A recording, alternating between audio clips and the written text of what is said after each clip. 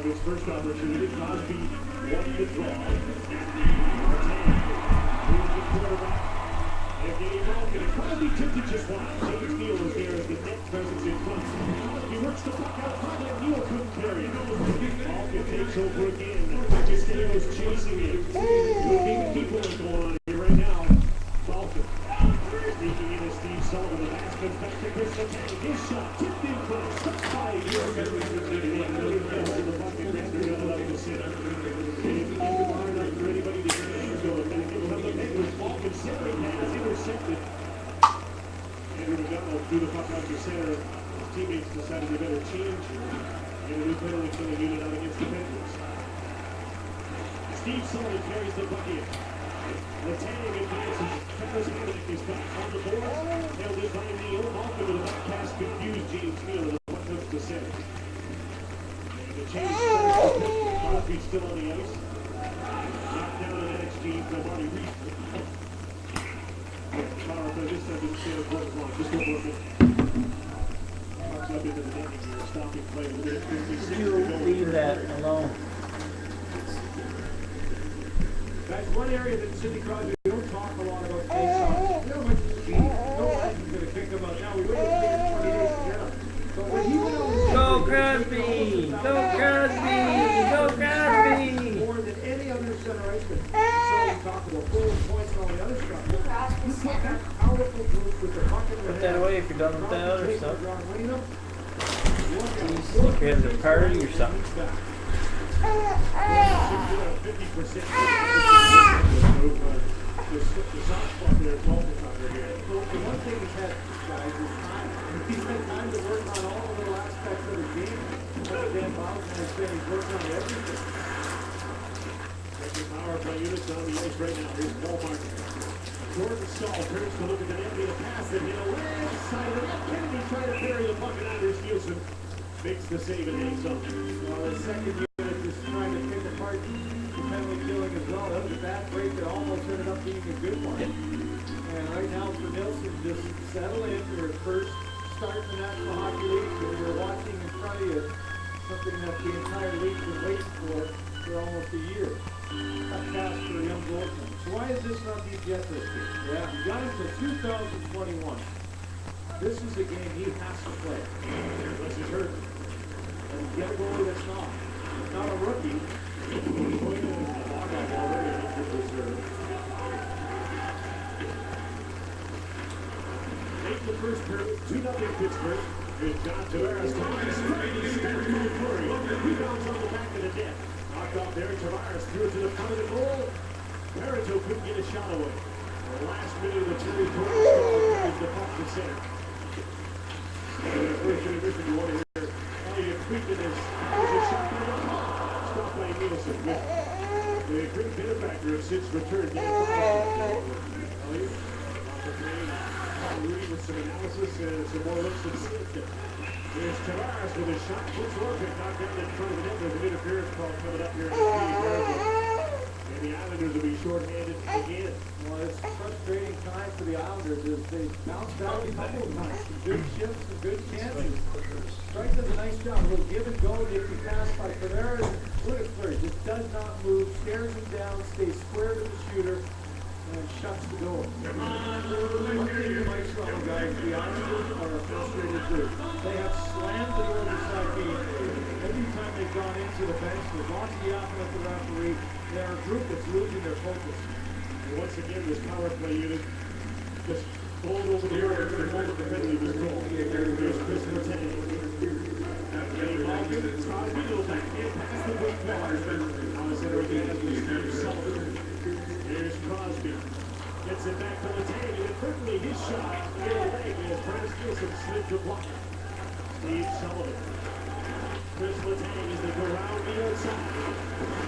Considering Crosby in the backhand doesn't shoot. Crosby takes the shot to spot. Letang with a shot. That's blocked. And Mark Eaton here's the block. And then Holiday will carry over in the second period for a minute and 30 seconds. Well, he has a player for dramatic. And Sidney Crosby has provided these fans with a thrill tonight. He scored a goal. He has an assist in his first game since the 5th of January. And the Pittsburgh Penguins have a 2-0 lead over the New York Islanders on hockey night in Canada. Is to laugh and sing, sleighing song tonight. Whoa, jingle bells, jingle all the way. Hey, oh what fun it is to. Oh what fun it is to ride in a one-horse open sleigh. How will you spend your winnings? Come to Kia Winterfest, where everyone wins $500 to $25,000. Get 0% financing on any new Kia, and don't pay for 90 days on select models.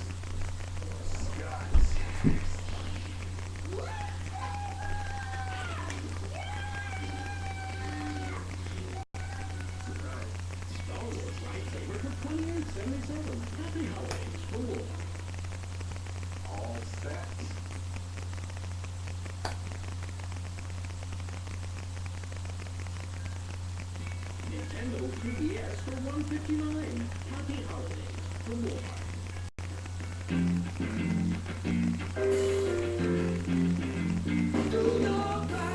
You do your thing, leave the rest to us. Ramada Worldwide. Now do your thing for less. Save 20%. When you smile, the world smiles back. Crest 3D White Enamel Renewal Toothpaste. It not only removes up to 90% of surface stains in just 2 weeks, it also strengthens and rebuilds your enamel. Crest 3D White Enamel Renewal Toothpaste. Life opens up when you do.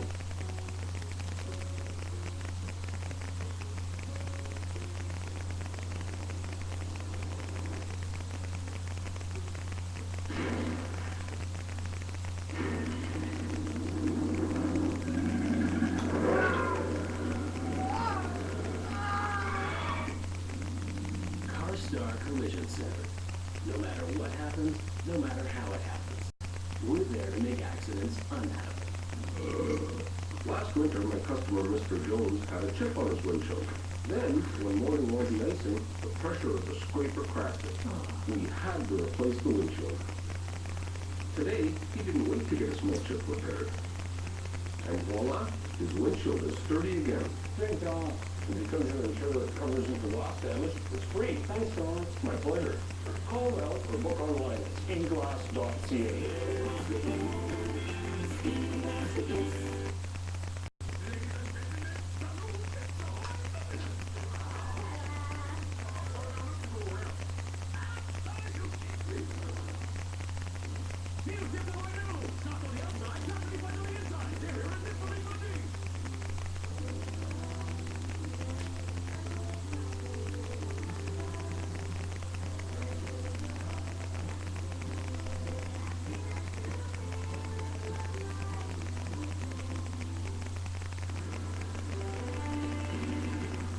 Momentous night here in Pittsburgh. Here's Elliot Friedman with Dan Biles.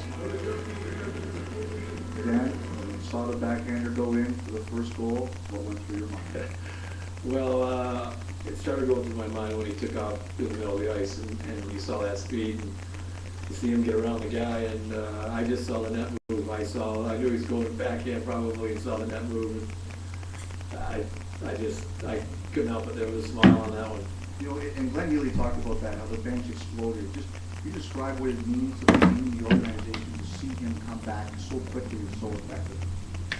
Well, I think for a guy who's been through a lot, been out for a long time, he's a big part of our team. He's a big part of that room, and to see him out there and see some of that old Sidney Crosby flash and not miss too much of a beat. I think a lot of guys, not just on that goal, but a lot of plays, there are lots of smiles and about him just being out there and seeing that skill. Well, for you, we showed you and him chat after his first shift. What did you say to him? What did you say back? Well, I think he was out there for about 55 seconds, and I know he had a lot of adrenaline going, and just got that first one under his belt and said, make sure you keep him short and you don't get out there too long. He said, how long was I out there? He said, I think 55 seconds. He said, it felt like a minute 40. Thanks very much, Dan. You're welcome. Ron? What's more important, the first time you get hit or the first time Dan Bilesma gives it to you? 7-10, he played in the first period, so he was on base for 21 minutes. 4 shots on goal. He was 5 for 7 on face-offs, goal, and an assist, and a gorgeous goal. Now, let's talk about that 55-second shift. Well, it's remarkable in that I guess you should never be surprised by the way that he starts a game, but even after all the time off, I was shocked by how good he was. But I really like what Pittsburgh did here. They didn't go to him too often. in that first shift. They just let the play happen. They allowed it to just, whatever's going to happen, it's going to happen. And there were many times that I thought that, especially Letang had a couple of chances where he could have thrown it to Crosby. He didn't, just allowed this to play itself out. And I'll tell you what, he was just something. I can imagine the energy and the adrenaline flowing through him when he didn't even recognize it. As you know, Ron, he knows everything about the game that he didn't recognize is on the ice for 55 seconds. That's pretty remarkable. Two things he's most known for: his work behind the goal line in the attacking zone and his speed from his own end through the middle. And this goal is incredible. Well, this again shouldn't surprise us because he's so terrific on the backhand. And unlike Ovechkin, Crosby works on every aspect of his game. And that's what Ovechkin has to do. It's a lousy backhand. What does Crosby do? He works on every aspect of his game. Gets around Andrew McDonald and Bruce. And why can he do that? Well, it's very simple, Ron, because as Dan Bowser said in the interview, he wasn't surprised when he went to the backhand. He does this all the time. In warm-up, he does this for a purpose. And that's a hard backhand right there. And he knows he's going to get those opportunities in close. And it's a very difficult shot to stop. We heard Ryan Jones from Edmonton say on the weekend how difficult it is for goaltenders. And that's why Crosby continues to work on that.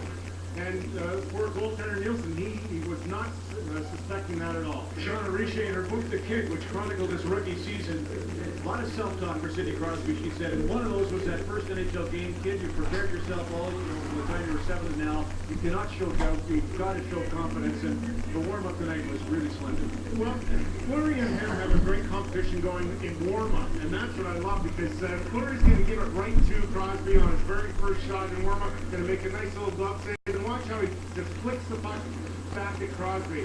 Oh, you think so, eh? Yeah, okay, now I'm going to get my opportunity. He's going to open up for that one-timer and just hammer it. And that is right back at you, kid. There's a big smile. Okay, you can play that game, and he just can't help himself. He's that competitive, and it starts to warm up. And I always say that, but it's really important out there because a lot of guys don't work hard in warm-up, and it drives them crazy because it takes them 7, 8, 9 minutes to get into a game, whereas he's ready right off the get-go. And finally, an empty play right at the end of the first period on that face-off. Well, he does everything again, and earlier in his career he talked about how he wasn't very good on face-offs. What do you have him here, Ron? It's 71%. And just the wherewithal to know that he's on his thumb, get the puck back to the point. I like that nifty little play. And didn't get to Neil, but I tell you what, that was awfully close. Now, not to rain on the parade, this is just a little discussion because it was clearly a tipping point 320 days ago when he had the concussion, Sidney Crosby. We've changed the protocol. You got to sit in the room, the quiet area for a while. We've certainly addressed headshots in hockey and boarding.